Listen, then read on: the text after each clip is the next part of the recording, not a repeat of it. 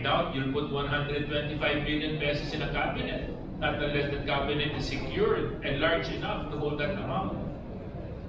So what I don't understand, Mr. Chair, is how come they are so reckless and carefree with such a huge amount.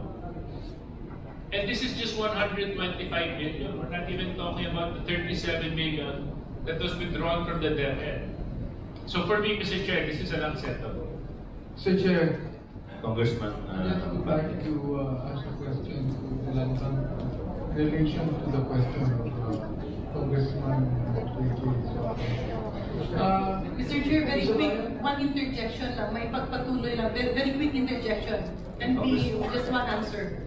Kanina kasi nagtanong tayo dun sa lalagyan. Congressman Greg. Mr. Chair, hindi ko lang po natapos yung tanong ko. Kay Ma'am Camposano, Ma'am, yung sa 37.5 billion, ano po ito? Ano pong linagyan? 2 bags, ma'am. 2 bags. Anong klase ng bag po? Parang din po, parang mga gym bags.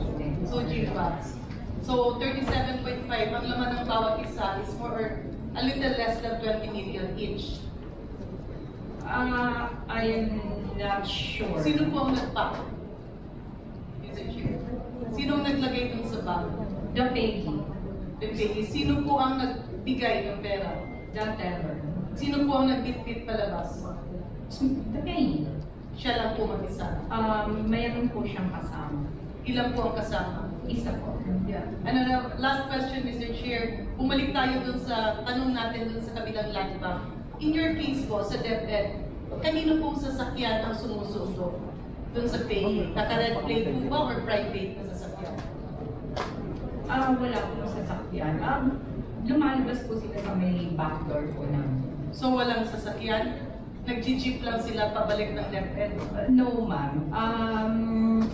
Ang location po ng branch namin is within the compound of the DepEd. Oh. So lumalabas sila sa fire exit leading to the DepEd compound. Okay. No further questions, Mr. Chair. Mr. Chair, kung makalimutan, baka nakalimutan ko na eh. So, ang tanong na yung Mr. Brian dito, meron ba kayong CCTV? Meron po, Mr. Chair. Merong CCTV nandun mismo sa pag-withdraw ng pera. Yes po. CCTV yun, right? So, makikita nyo ngayon, yung mga tao sa CCTV na nag-withdraw, right? I'd like to make a motion, Mr. Chair, that they submit to us a CCTV. English. Nabublihan na rin ang Mr. Chairman ay this representation moved for the land bank to submit that CCTV. Para wala na tayong question Both. dito. Kasi mukhang hindi alam ni Tony Sanchez eh. Palagay ko, Mr. Chair, medyo, ewan ko ha, parang alam niyo eh, Tony Sanchez. Hindi pwedeng hindi niyo alam. So ngayon, malalaman natin through the CCTV.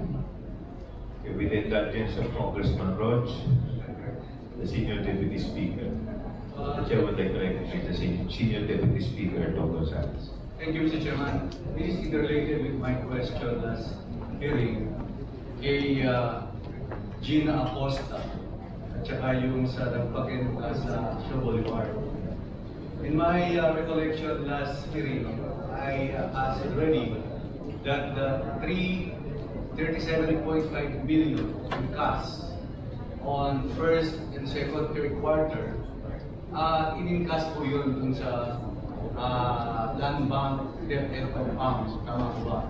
And my question there is, sino ang tumanggap dun sa pera pag nireceive niya yung pera? Di ba check po yan?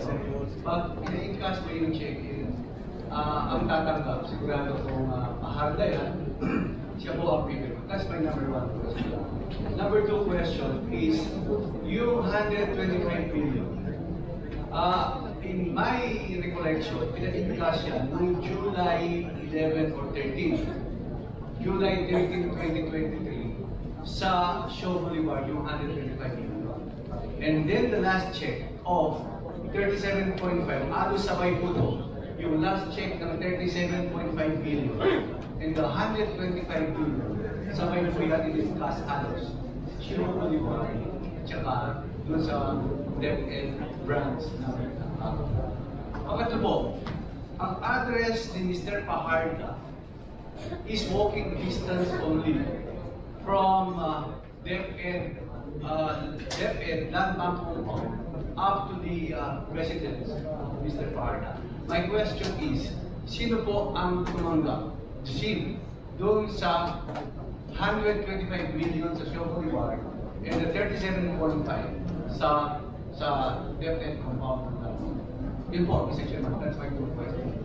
Tanong ko po yan last hearing, pero wala po yung cashier na sinasabi niyo.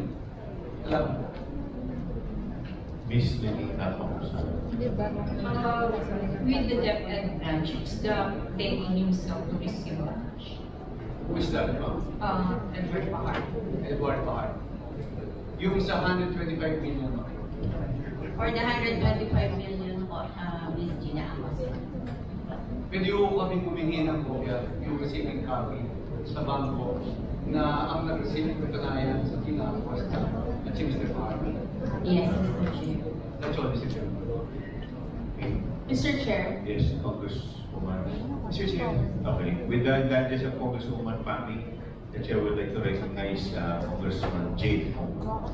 Thank you, Mr. Chair. Mr. Chair, gusto ko lang tanungin si, sandaling katanungan lang kay Attorney Lopez. Attorney Lopez, pagdating mo sa security, lalo-lalo na pag nag-withdraw, no? Ang inyong SDO ng ganyang kalaking pera, hindi ba na nakikipag-coordinate sa inyo